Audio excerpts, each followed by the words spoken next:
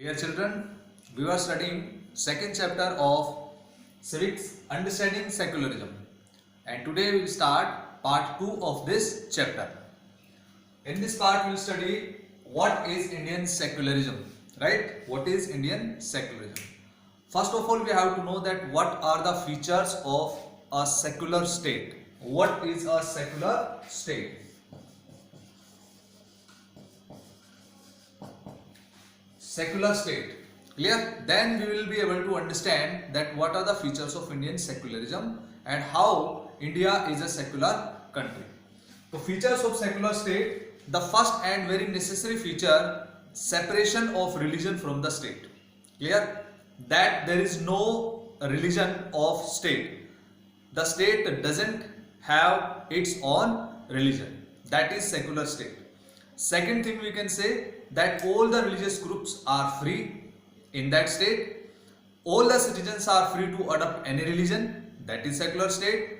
And nobody can be pressed or forced to adopt any religion. And all the citizens are free to propagate their religion and to do the religious practices, right, of their religion. So these are the features of a secular state. Now we'll study about Indian secularism, right? Indian secularism. Let's start. So what is Indian secularism? It means we have the three main points through which we will be able to understand that what are the features of Indian secularism and what is Indian secularism, right? Three things are avoided, means not allowed in a secular country, and in India also these 3 points are implemented. For example, one religious community does not dominate another. In India we can say, right? We can see that no any dominated religious group is there. No religious group is allowed to dominate another group, right? So one religious community, it may be Hindu, Muslim, Christianity, like that. So no religious community is allowed to dominate another religious community, whether it is in minority or it is in majority. Second thing, some members do not dominate other members of the same religion. For example, if in Hindu religion, some of the people in Hindu religion are not allowed to dominate other people of Hindu religion. It means in the same religion. Understand? This is also is a very important feature of a secular state or country, that in the same religion also, in the same religion the people are not allowed to dominate each other. Clear? It means that all the people of one religious community are equal. And third is, the state does not enforce any particular religion nor take away the religious freedom of individuals.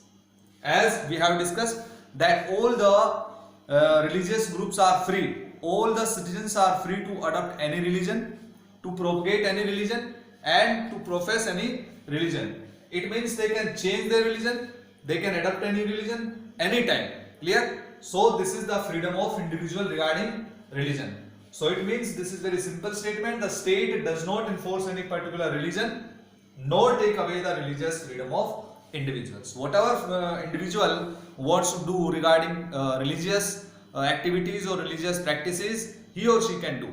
Clear? The state will not interfere and will take the any kind of religious freedom of individuals, right? So we talked about 3 kinds of dominations which are not allowed in any secular country, and India also.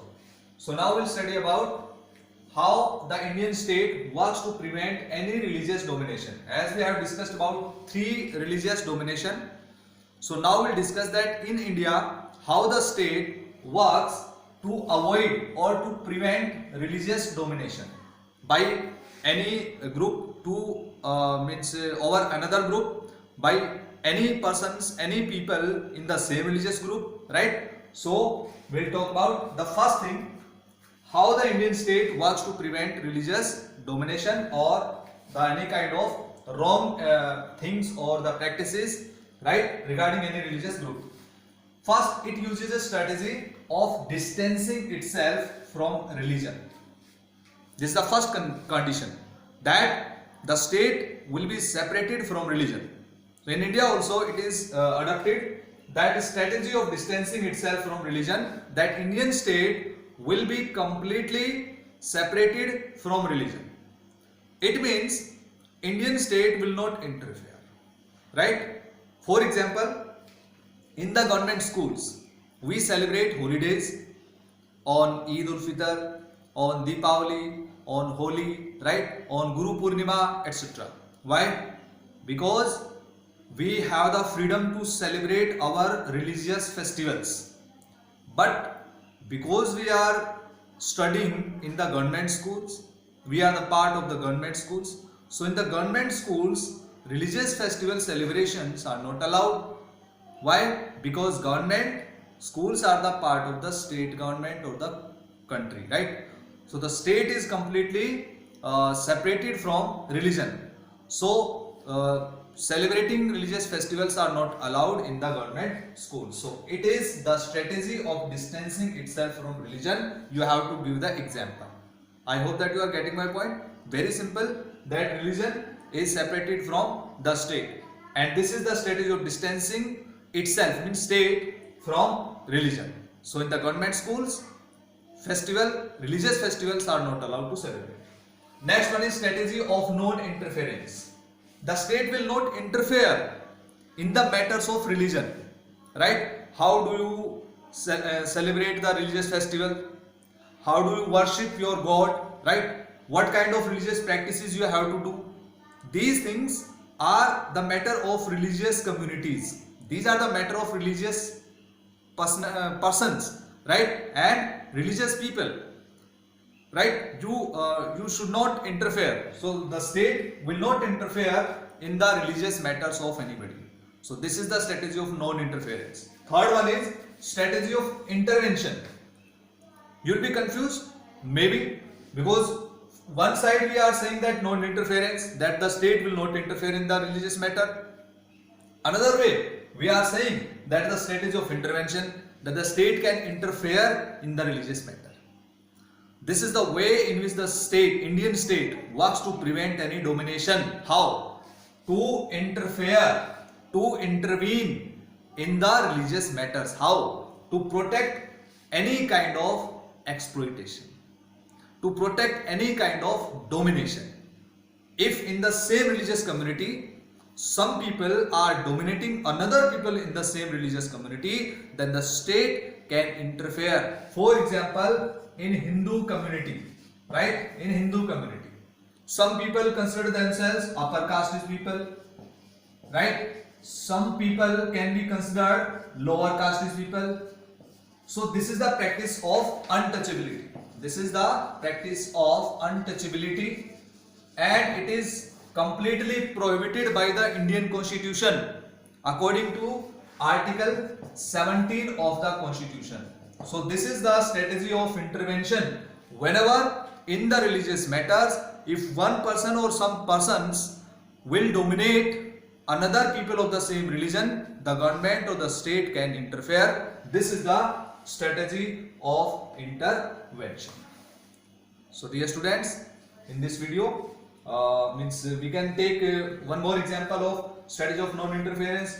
For example, Sikhs wear pagdis and they drive the scooter, like, and you can take the example from your NCERT textbook. So the Sikh people wearing pagdi will not be fined for not wearing helmet. Why? Because wearing pagdi is the religious practice and the government cannot prevent them. Understand? So they will not be fined for not wearing helmet. In the same way, in the government schools, the religious festivals are not celebrated. So this is the freedom of religious groups, religious communities. Clear? But this thing is not allowed, is not implemented on the private schools. Private schools can celebrate their religious festivals regarding any religion. So dear students, in this video we have discussed about these topics. In the next video we will discuss about the difference between the Western secularism with Indian secularism. Right? So you have to revise these topics. Thank you. Have a nice day.